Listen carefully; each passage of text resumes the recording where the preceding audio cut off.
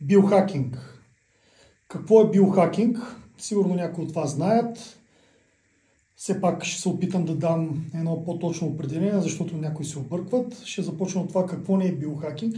Значи биохакинг не е да едем броколи, аспержи и някаква друга здравословна храна, с която да оптимизираме нашето здраве и физиологичните процеси.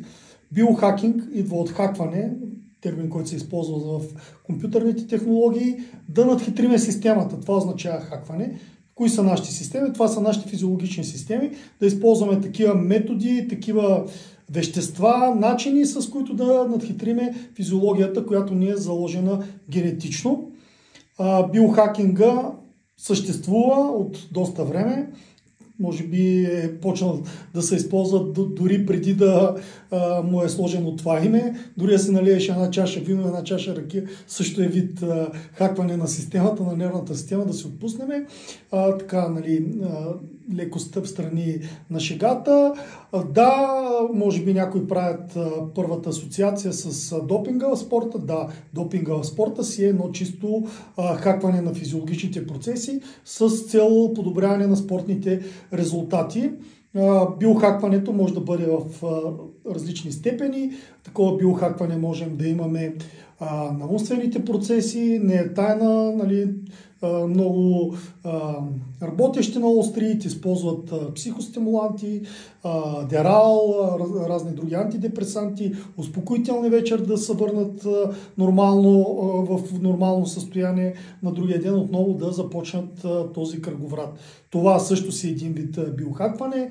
Много от стимулантите, които днес се използват за забавление, преди време са открити от медицината, от ученето, точно с цел такова биохакване.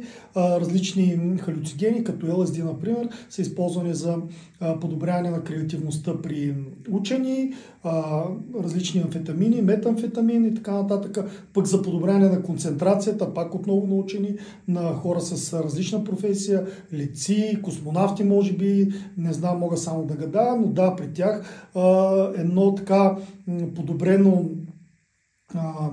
представяне допринася за по-добрия експеримент, за по-доброто начинание. Има ли бъдеще биохакинга? Да, той има бъдеще, щеме, не щеме, вече живееме с него. Ако не беше стимулирането като спортисти нито при Арнолд, нито при скалата, те биха били това, което са. Да, не казвам, че всеки, който взема някакъв допинг, ще бъде като тях. Това е съчетание на много труд, качества, личностни качества, да, но и едно биохакване е допринесло. Знаете опитите на Елън Мъск за чипиране на хората, вкарване на импланти в мозъка. Това е един вид друго биохакване с методите на кибернетиката. Да, и това също има бъдеще. По-скоро нали, ще се намеси медицината, науката и тия неща ще ги сложи в една рамка, не както сега е модерно, нали, различни изпълнители, дори нашите фолк изпълнители използват някакви стимуланти, водещи на предавания, на YouTube блогъри, такива, меко казано, така, стимулирани да правят разни включвания. Това абсолютно трябва да бъдем нормални да си мислим, че това ще се случи по този начин, но медицината може би ще се намеси, ще предостави такива методи и начини за по-добро представяне на човечеството и може би това е един следващ еволюционен скок при нас. Хората, нали, посредством използването на някакви стимуланти, на начини на генетиката, на кибернетиката. Естествено, при някой се получава лесно, при някой трудно, при някой няма да се получи въобще.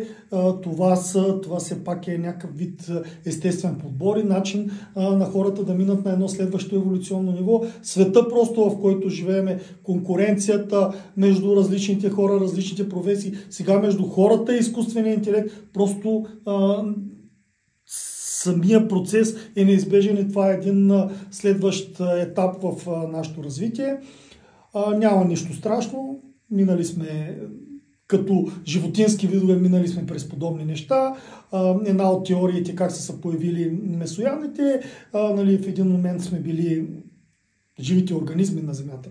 Нали, ако предположим, че сме еволюирали оттам, живите организми на Земята са били растителноядни, но имало е по-малки, по-големи и на някои места, когато се е употребявала растителна храна, може би тогава е имало и такива по-малки растителноядни, по-големите са ги хапвали, наготово са получали готови аминокиселини, които директно са служили за адаптация и изграждане на тяхните жизнени процеси и структура като цяло. Така че това е едно футуристично мое предсказание, но може би знае ли човек. Благодаря за отделеното време.